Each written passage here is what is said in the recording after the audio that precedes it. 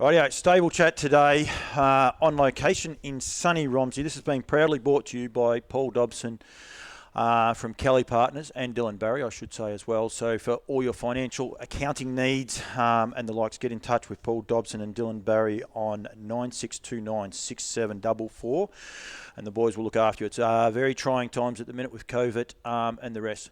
Fortunate enough today to be catching up with both Alison Alford and Josh Duggan.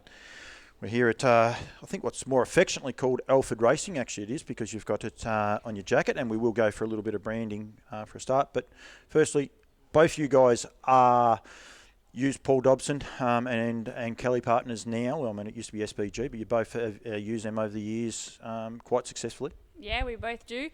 We probably switched over 3 or 4 years ago, both businesses. And they do a great job.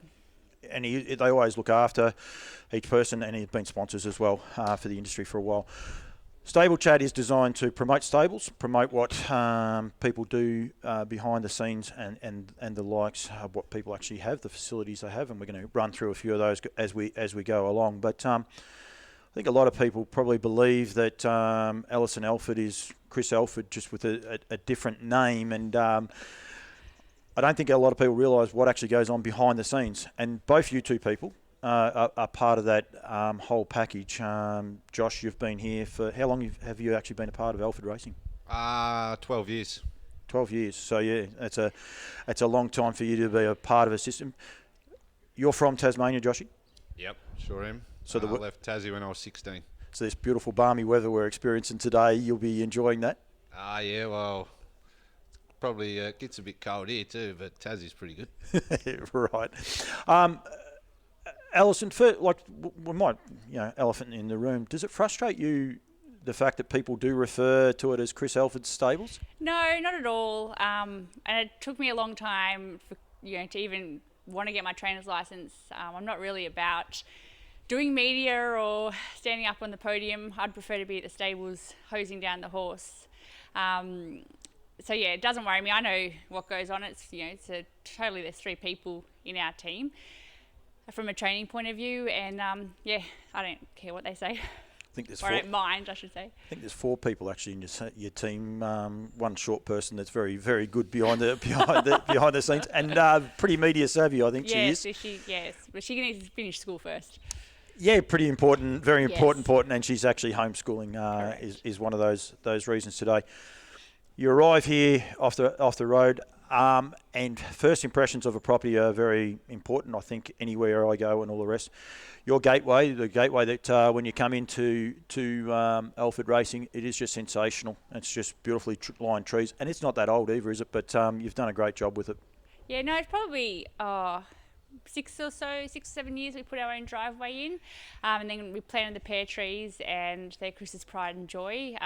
One year we thought the spray guy had killed his trees, and it was quite emotional as I rang the spray guy and said, "Oh, Chris thinks you've killed the trees," but really the leaves were just turning with the season and the trees were fine. Chris was emotional about his trees. He loves his trees. He is a different cat with a lot of his stuff, and we're not here to give him a hard time or anything like that, but he does take things a bit differently, doesn't he? He has his things that he loves, and very passionate. The trees, his water truck, his track, the dog. We actually might go to his track. Actually, I've got a little bit of video footage and all the rest, and don't want that button. It's a unique track, Joshy, because it doesn't have a lot of bells and whistles. A lot of the tracks I go to and around to showcase their properties and all the rest, they've got hills or they're long straights and all the rest. It's just over 800 metres, or it might be just under 800 metres. Yeah, just under 800 metres. It's got a little bit of a hill up the back straight there and downhill in the home straight, but it's a good track. The one thing where it is a good track is the amount of good horses that have come off it. But I measure tracks by trotters, because I think if a track's balanced, you can get trotters come off it.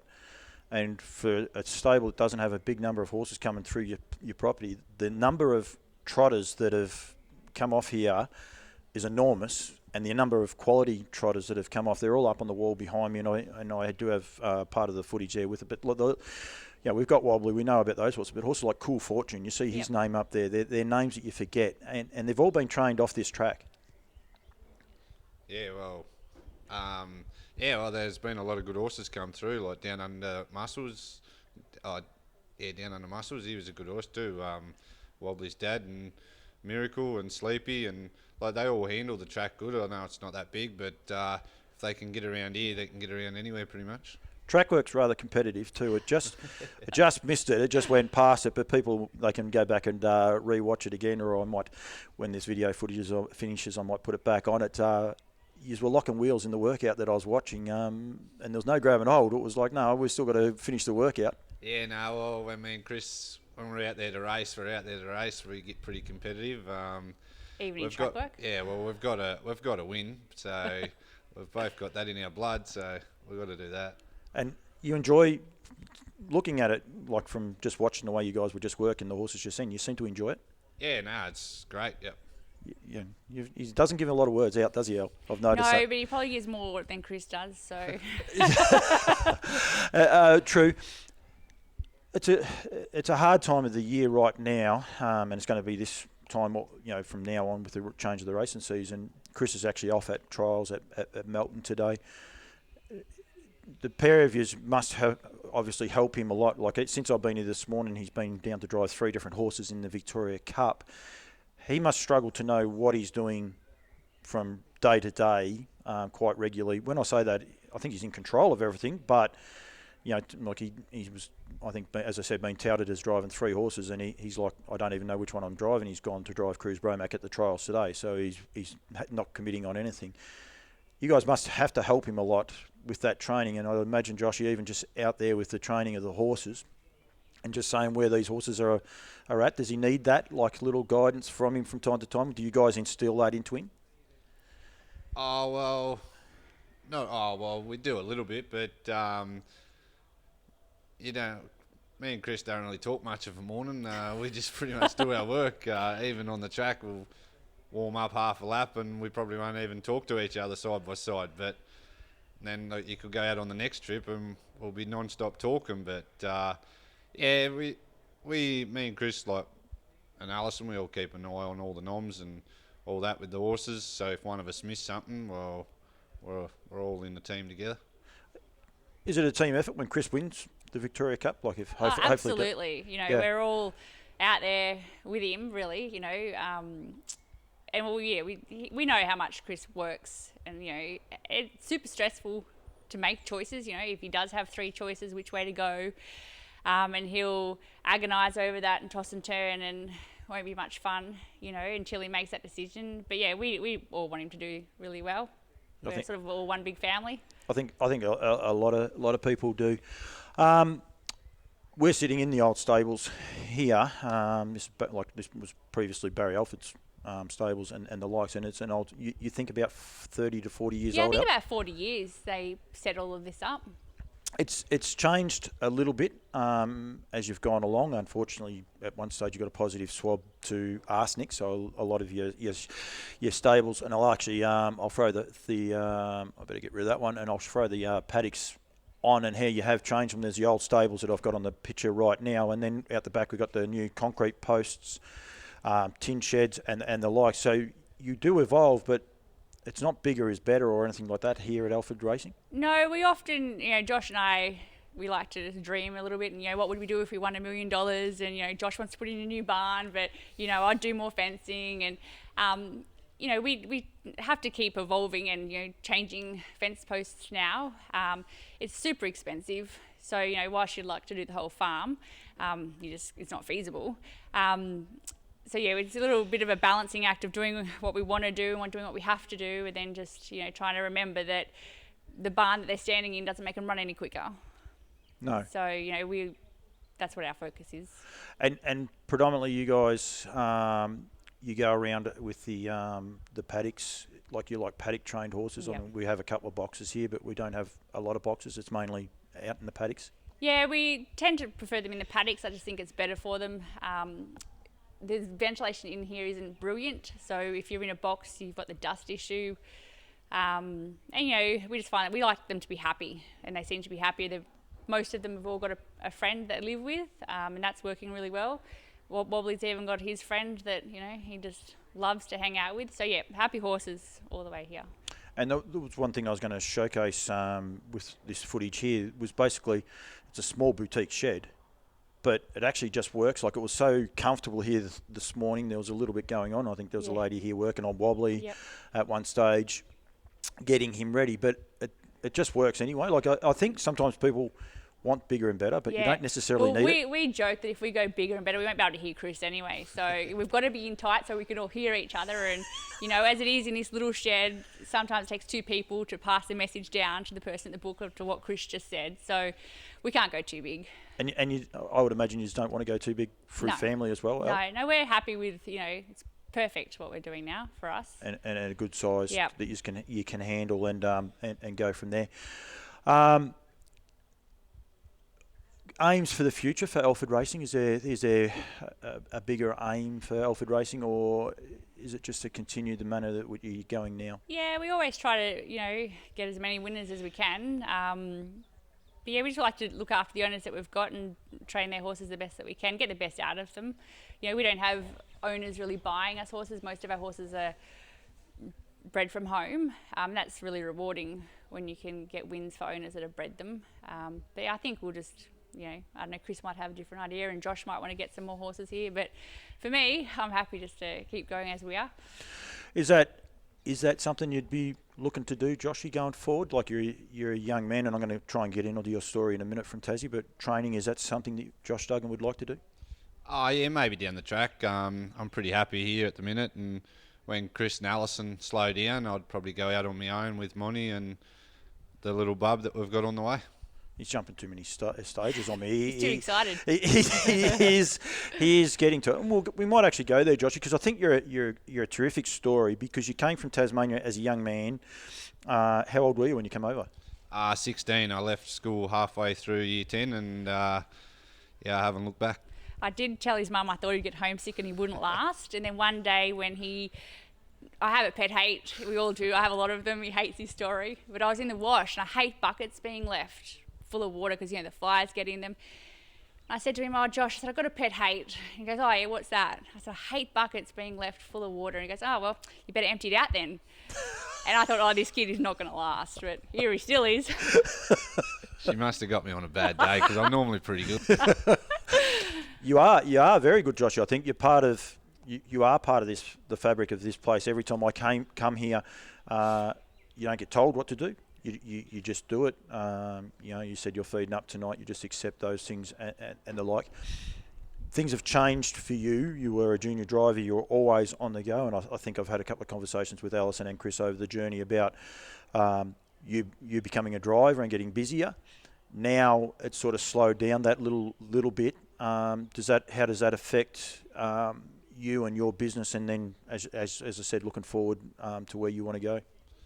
Oh yeah, well it's slowed down a little bit, but I have my good runs and my bad runs, which everyone does. But I've got a couple of good, loyal stables behind me, which always helps me. And I don't know. You're not sure if if it changes your goals at all. Nah, not really. Yeah. Not really. Do you enjoy drive? And I can actually ask this because people ring you up, put you on a horse once, and then you don't get a drive again for that stable. And like I'll stand here and say it. Like, we put you on Lucinda Mack, and she's a handful of a horse to drive at the best of times. As a young person trying to make a name, how do you combat with that? Like, how do you handle not getting back on? Because I imagine if you get shitty, it doesn't help you. No, well, like I said, I'm pretty laid back. I'm more than happy. I go to the races and drive one horse, but if I'm there and I pick up other drives and someone else normally drives them, well, I always tell them when I come back in, like, it's their drive to start off with, so I'm more than happy to fill in for you, but put the normal driver back on. Yeah, you might be too He's laid too back. Fair. I was going to say maybe Josh, you got to sell yourself a little bit harder, because we put you on Lucinda Mack. Basically, Glenn Douglas was suspended. It was with the lockdown part. And I just said to him, who are we going to put on her, because we couldn't get Grant and the likes, and he without hesitation said you. And anyone that's driven, Chris has driven her, he come back and said he's better for the experience. Everyone's better for the experience. But to have people that are prepared to put you on horses like that, but then you don't get another drive on them, don't worry, Lucinda's only had one start since, and you didn't miss anything that night. But it must be a little bit frustrating for a young person trying to run their own business, I suppose. Yeah, well, it probably is a little bit, but like I said, I'm too fair. Well, like you said, I'm probably too fair, but I just see it as I don't like trying to steal drives off people and all that. I like to try and keep the good books with everyone else and keep everyone happy.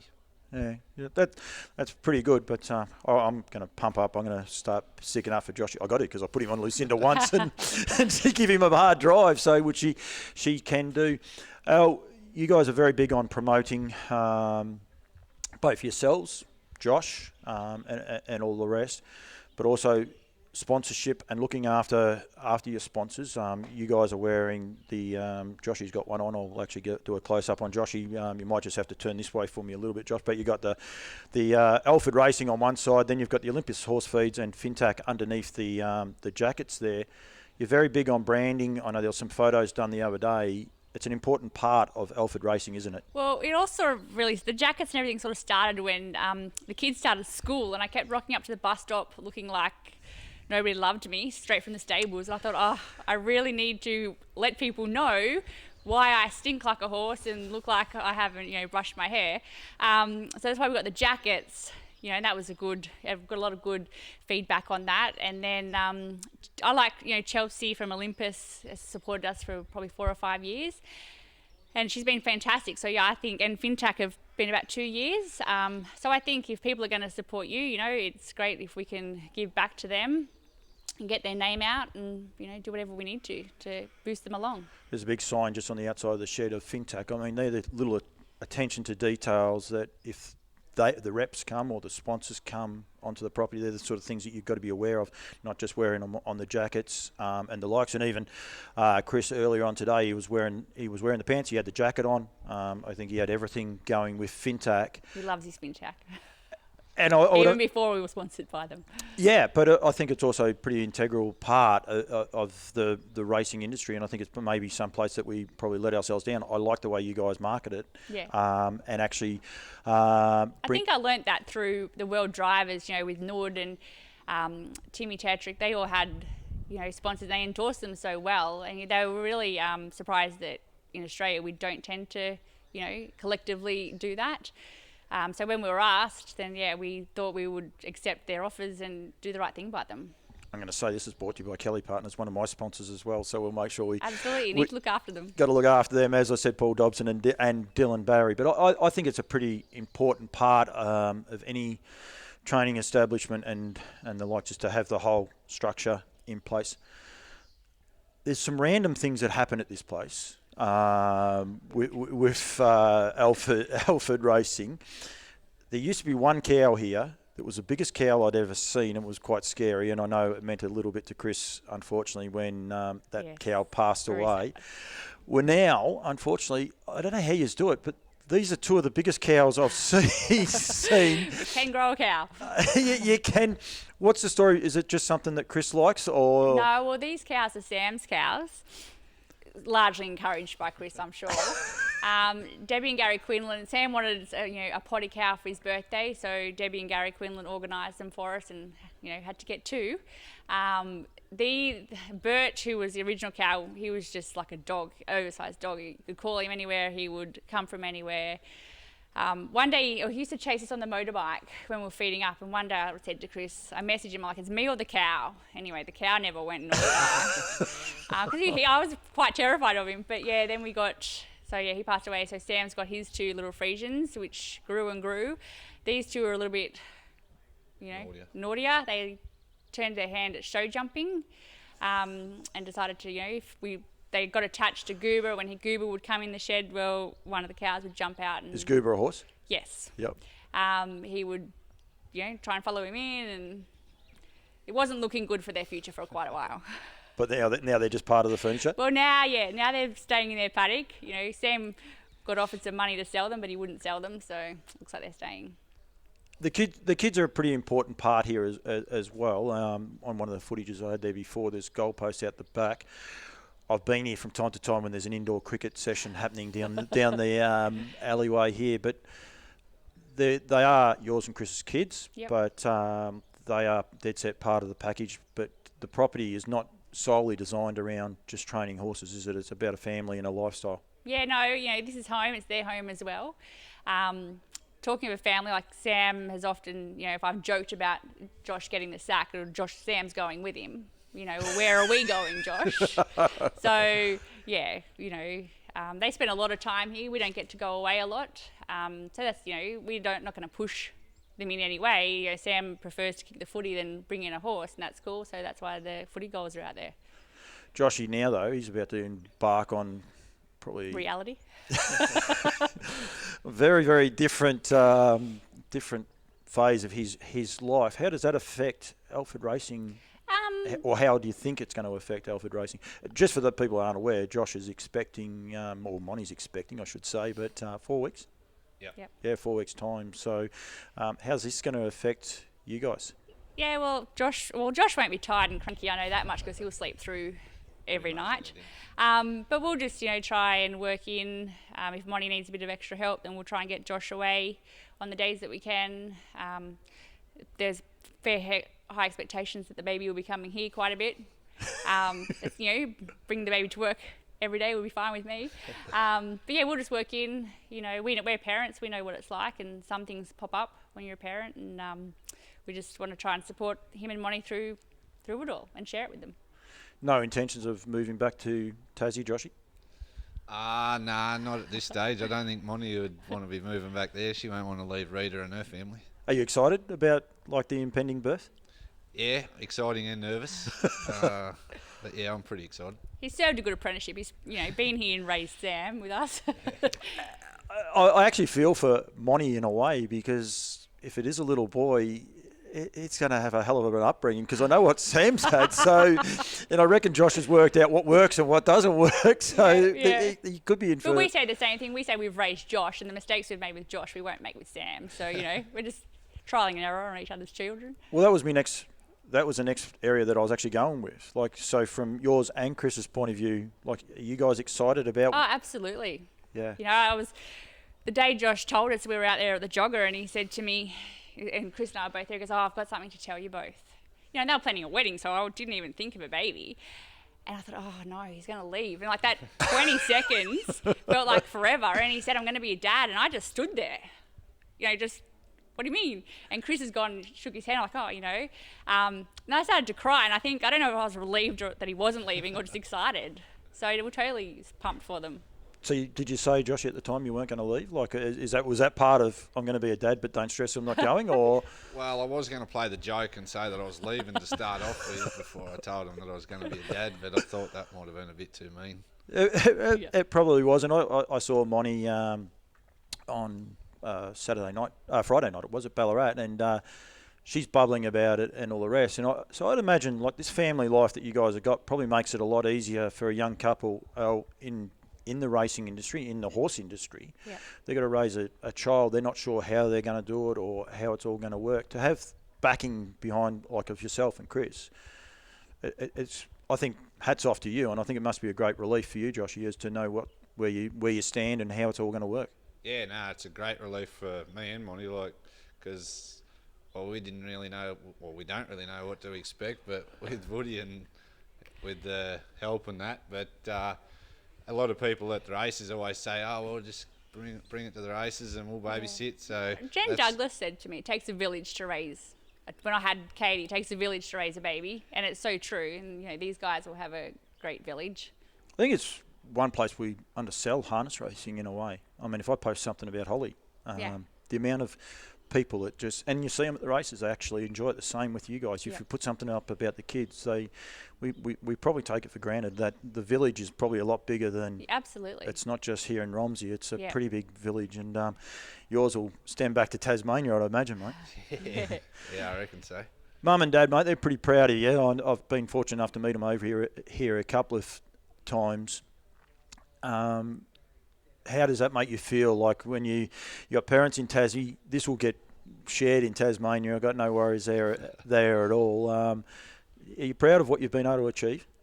Yeah, I am really, because when I first moved here, I didn't know what to expect, like coming here, knowing no one, and Dad flew over with me that day and drove the car out and dropped me off, and he flew back to Tassie that night, and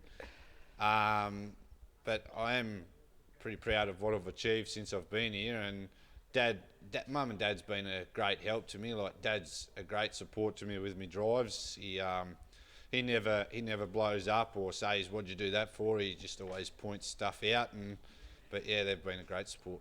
How's Dad's leg? No, that's my uncle. That was your uncle. How's your uncle's leg? Yeah, no, he's on the mend. He's still got the moon boot on, but he's on the mend. We say about a big family here in harness racing. Like, you guys are a pretty big family in Tassie as well, aren't you? Yeah, well, like my uncles and cousins and all that are into it, so that's how I pretty much got into it too. Rightio. Wobbly, pin-up horse. I put the photo up before. Katie will be pretty happy with this one. Sam is actually at his home. Katie's coming over every time for lunch breaks and all this. Yeah, well, Sam's homesick from school, so he knows the rules. If you can't go to school, you can't come to the stables. No, so Katie's got there and got on Wobbly. The ride you guys have had with him so far, I'd say, has been sensational. How far do you think it can go? I mean, you and me did a thing, More Than a Horse, about him. Anyone that hasn't seen it, go to campbellscomments.com and you'll be able to find it. It's a great insight into this horse and this unique horse. But how far can he go? Like, I don't know. Yeah, well, not too sure, but I think he can go a fair way, like especially in the bigger races, and he's driven for his speed, and if he can get out at the top of the straight, I'm sure he'll win his fair few big races. Is there a team, Joshy? So do you get frustrated from time to time when people say, derogatory things about him, especially his barrier manners as such? Because I don't think he missed it. Unfortunately, yes, Alison, he missed it one night at. That was your fault. Technically was, and he couldn't hear me. He was over the other side of the track. But his barrier manners aren't an issue. It is just this pre-parade that he can get a little bit hot about. But generally, scoring up and the likes are never an issue. Do you, Joshy, take that personally as well? Because I know it's a team effort to get him out onto the track. So do you actually take it personally? You see comments about will he or won't he, or his manners scoring up? Yeah, well, I do a little bit.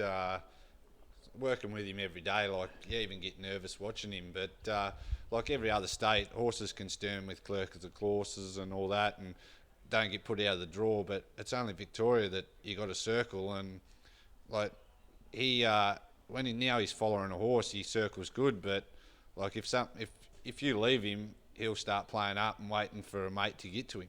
Can you describe, as I said, Al's already said it, can you describe what a horse like he does, Wobbly? I watch yourself, I watch Michael Burkett when he was allowed at the races, Monty from time to time, walking him around in the parade ring. You guys take pride. I think sometimes people want to walk alongside a horse because they went 5 minutes of fame, whereas you guys seem to walk him around as a team effort. Do you take pride in the way you've got a troublesome horse so far? Yeah, I do. You just like to get him on the track safe because he's got his quirks and all that. So I just like to be there beside him to get him on the track. They fined me $100 at Shepparton one night because he followed me in the warm up, and when we got to the start, I give him a pat, and they fined me $100. So I was pretty pissed about that. but there's a reason you give him a pat. It's you don't give him a pat, come on mate, you got to keep following me around. You actually give him a pat because you're a good boy, and that's the way this horse sort of. Well, they're our friends, Yeah. You just have to, And it's what he brings out in you, isn't it? Yeah. A horse like him, you and me spoke about him, Alison, about how he's he's not a Jekyll and Hyde. He gets described as a Jekyll and Hyde, but he has a certain way, and he just wants to have that way. I think he gets the rough end of the stick, but we know what he's like. And I mean, that's where the brilliance of Chris comes into it, because he just does everything he can to get along with him. And, we're playing by the rules and doing everything we're told to do and just making it work. Yeah, and he's got a tricky draw on Saturday night for anyone that's watching this. I don't think C. Alford was all that wrapped in the draw. I might be wrong, but I was getting that impression. We would have liked one. I don't think Wobbly's going to know what to do coming out of 8. No, he won't know what the inside fence is. Al, can you describe sitting at home watching it on Trot's Vision when we did the More Than a Horse with Wobbly? It was only just starting, but the longer it goes, you don't go to the races for a couple of reasons. One, you've got the kids at home as well, but you can't go because of X amount of people as well. Yeah. Can you describe the nerves sitting back waiting about him? Yeah, well, there's some I could go, but I just don't, I want to watch with the kids because, he's part of the, it's really cool watching it with them. But no, we have Trot's Vision on the big TV and usually waiting for you to jinx him. We like to watch Josh in the parade ring with him. But yeah, it's nerve-wracking and, for some reason, some weeks more than others. But I'm always quite relieved once the gate goes and, he's gone. Then it's all up to Chris then. I've got to pull you up on one too. You actually said you caught me on track one night at Ballarat, or you saw me one night at Ballarat. That was actually Jason Finno. So it wasn't me. I pride myself on not being on camera for those ones, and it wasn't me. I haven't actually ever told you that one back, but. And it's just he's a unique horse, and it's frustrating at the minute we can't have crowds on track for a few reasons. One, you guys can get there as well. The kids can enjoy it. I think probably one thing we are missing at the minute is kids not being able to go to the races and see these horses and fall in love with them like we all did. And they can't do it. That's fine. There's COVID issues, but just trying to also these great horses, Ride Highs, Lochinvar Arts, Wobblies, Red Hot Tooth just around the corner. There's so many great horses that we want these kids to be able to love and see and race. Well, Katie and Nissa Mayo is a good friend, so there's a bit of messaging between each other when we're against Red Hot Tooth, and they are the first to congratulate each other. But even yesterday when Sam heard it was Victoria Cup this weekend, he's like, can we go? I'm like, oh, sorry, mate, we can't. And, he follows the Ride Highs and Lochinvar Arts, and and I wouldn't say he's particularly racing fan, but those big names and those big races, it's just a shame we can't all be there, but that's out of our hands. I know one time I came here and it was a certain good horse touted as coming here instead of other stables, and the person came and basically said you can't train a good horse off a track like this. Does that frustrate you because you don't have the bells and whistles? And we're not going to name the person. The person, if he's watching this, will know. But other than that, no one will really be aware of it. But no, not really. We can only do so much with the 39 acres that we've got here. And as Josh said, if they can get around our track, they can get around anything. And we know our track so well. What times they work, and if they work better than that, then you're going in pretty confident. I'm not really into keeping up with the Joneses, so to speak. So, if you want, we do a good job with what we've got. So it's up to people whether they want to send it or not. I spoke to you again on More Than a Horse. You said about travelling overseas, potentially travelling with him overseas. That is something that you're keen on? Chris re-corrected me on that, to my surprise. Well, it would be a huge risk. Not saying that we wouldn't, but, when I said to Chris that you'd ask me that question, be a huge risk taking him because he's so quirky and he likes his routine. But if we got invited, I'd put a good argument for. Josh would have to go as well. I'd be more than happy to leave Chris at home. That's my next part, Joshy. I imagine, unfortunately, in 4 weeks' time, you're going to have a different mindset. But overseas travel, like America, anything like that, was that ever on the radar for you? No, it wasn't actually. I never even thought about doing that. Because when I moved here, probably 2 or 3 years later, I met Monty, and I just never thought about travelling after that. There'd be enough cheeky people out there, mate, saying you've had your overseas trip from Tassie to the mainland, probably, mate. So that's never been on the radar? No. Well, at least one thing, Al, you've got your stay-at-home stable now, and he'll be good at changing nappies by then, and he'll have everything sorted out. So, actually, that was one question I did want to ask. Did you actually ever have to change Sam's nappy? Nah, so this is going to be interesting. Damn, I was hoping to embarrass Sammy. I thought if he watches this, he wouldn't be that happy. I will let you go. Have we got another wobbly coming through? Have we got, I try not to talk too much about the stable runners because I don't want this to age and all, but have we got another wobbly like on the radar at all? Not at the minute, but you never say never because we didn't think wobbly was going to be anything special either, until he sort of got up and going. So you really don't know. The young ones just, you just need them to keep going better and better. But, pretty big shoes to fill to say we've got another wobbly coming through. Yeah.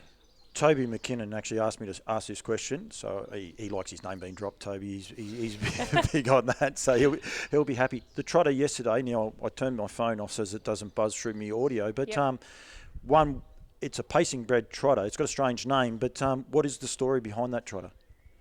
That's not my gate. Yeah, is that the one? That's not my gate? Yep. Yeah. Yep. Well, she's from Western Australia.